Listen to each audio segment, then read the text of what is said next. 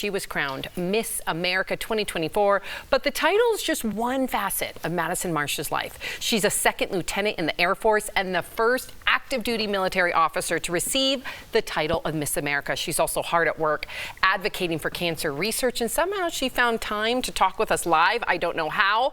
Please welcome to the show Miss America, Madison Marsh. Wow. Thank you so much for having me today. That was quite the intro. Quite the intro, well deserved. You are an active duty Air Force officer as a second lieutenant. Wow, I enjoy going to your football games, by the way. When did you start that dream? So, I mean, it goes way, way back. So I started, I got interested in becoming an astronaut whenever I was about in the 8th grade. And so I had gone to space camp and I met so many wonderful mentors that kind of showed me how I can, create that path. And really the best way forward was the Air Force. And so I entered in 2019. I went into basic for the Air Force Academy, and I just graduated last year. And so I'm super lucky to get to be from that institution and now serve in the Long Blue Line. Wow. So I want to talk about how you actually got into pageantry, but just out of curiosity, is there some stipulation as to when you're wearing your, when you're wearing your Air Force gear, can you wear your pageantry stuff? Like, is there a separation there? Because I know there's rules about that stuff. Yeah, I mean, the Air Force has really worked with the Miss America opportunity a lot in these last few weeks to ensure that we're both able to recruit for the Air Force, but recruiting for Miss America. And so you're not supposed to be wearing, things like a crown and sash over your uniform. Right. So obviously now I get to proudly wear my uniform. I get to have it here with me. Nice. And so there are different ways that I can talk about both in the same arena. So I'm very, very lucky. I love that. I love that. So let's get into the pageantry, because you got in after you enrolled in the Air Force Academy. Why start then? So I had lost my mom about a year prior. And so if you can think of it, I had to move away from all of my friends and family, go into the military and enroll in a very, very different environment from what I was used to. And I had kind of lost sight of who Madison Marsh was. I didn't know how to answer that question. I didn't know how to be an individual. And so I started to look at, my cousin Madeline Bowman. She's about a year younger than me. She had been competing in pageants. And from what I had seen from the outside is that they care a lot about education, about passion, community service, all of these things that the military has also taught me to really care about. And so I thought it might be an interesting way to step out of the uniform and serve in a different capacity. And so now it's been 4 years since I started, and obviously I'm very lucky that I get to wear this and this at the same time. You are such a badass. I don't know if I can say that on daytime. You did. But You're you good. are. I'm proud of you, and I don't even know you.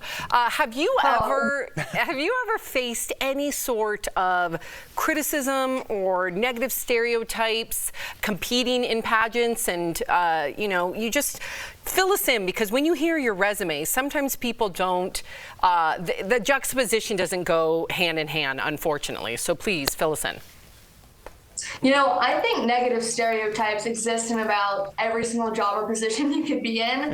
And, you hear the ones about military women, you hear the ones about pageants. And honestly, I hope that by getting to be both this year, I can show people that you can be whatever you define yourself to be. And so for me, that obviously means getting to serve and getting to be Miss America, because I see all of the wonderful ways that they overlap. Pageant women are intelligent, they are dedicated, they are passionate, and so are military members. They both care about education. They both care about dedicating yourselves to serving, whether it be in your uniform or out. And they care about leadership, being able to lead in whatever capacity that you see fit to make the world a better place. And so all of those stereotypes, I just kind of tune them out, whatever they happen to be, because I know my passions and I know where my strengths lie, and they lie in the fact that I can be serving in my uniform and be just as powerful when I wear this. Wow. Yes. I mean, we are blown away. Mm-hmm. And first of all, how could anybody hate on you? Even like, what do you think, you're Miss America? And you're like, yeah. What do you think, you're in the Air Force? Yeah, right. So let's talk about when you were crowned Miss America. Talk to us. What was the feeling you had right as you heard your name being announced? I mean, you can tell from the video I was very shocked. I think the best way to go into competing for a pageant, or really just a lot of things in life, is I knew that, but even if I didn't win, it didn't mean I was going to walk away with a loss, because there are plenty other ways that you can win in the Miss America opportunity that isn't walking away by being crowned Miss America or Miss whatever your state is. And so that mentality I had in the whole week had really prepared me to be there fully, passionately, and ready to embrace the experience that they had given me. And so it made me all the more excited and calm on that finals night. And so that's why I looked very shocked, because I'd gone in expecting that wasn't going to happen, because what I had expected was just to walk away with a good time, more friends, and a better perspective on my future that I wanted to have, post-pageant world. It's amazing. I'm very sorry, Madison, to hear that you lost your mom to pancreatic cancer. I lost my mom a couple weeks ago to cancer as well, and you are now. Sorry to hear that. Thank you. It is not a club we want to be in. You are now the founder and president of the Whitney Marsh Foundation, which is dedicated to your mother. What is the legacy that you are trying to build? One of the big things, obviously, so my mom passed away from pancreatic cancer at the age of 41. She was misdiagnosed for over 2 years. And so a big thing is that pancreatic cancer can affect anyone, and you should always take your health seriously. And then, so that's a big part that we focus on in our foundation.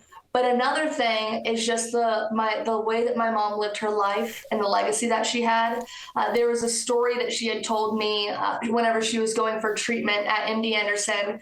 She was in an elevator, some people were on, someone left. And as soon as one of the people had left, someone had started making fun of that person. And what my mom had told me is, wow, that person that could have just walked off the elevator could have been someone like me, who only has a few months left to live, who knows they're not going to make it to the next Christmas with their family. And that really stuck with me, because her shortened life has made every single day that I get that much more important. We focus on the small things so often, like getting stuck in traffic, someone messing up your coffee order, or maybe you just wake up and you've had a bad day, and that's okay. However, it is important to have this broader perspective of how short life can be for us, because even if I get 100 years on this earth, I think it's still going to be too short. And you have people like my mom who lost their life too early, and how important it is to focus on bringing goodness to other people, bringing love into your life, cherishing all the moments that you get to have. And so those are the big things that we want to focus on at the Whitney Marsh Foundation, to empower people through positivity and empower them with the best medical standards and research funding care that we can get for people all around America. Wow. She's very proud of you. I know. Very proud of you. Yeah. I'm at a loss for words. Yeah. Yeah, we didn't get to her she's postgraduate study at Harvard. Yeah, Yeah, she's you're at also Harvard Harvard now, show. by the way. She was successful. Yeah, Madison, thank you. Thank you so much for joining us and sharing your incredible and inspirational story. DBL Nation, for more information on how to support the Whitney Marsh Foundation, please visit whitneysrace.org. Thank you again, Madison. Congratulations on all your success. I can't wait to see what else you achieve. You're amazing. Thanks. Thank you.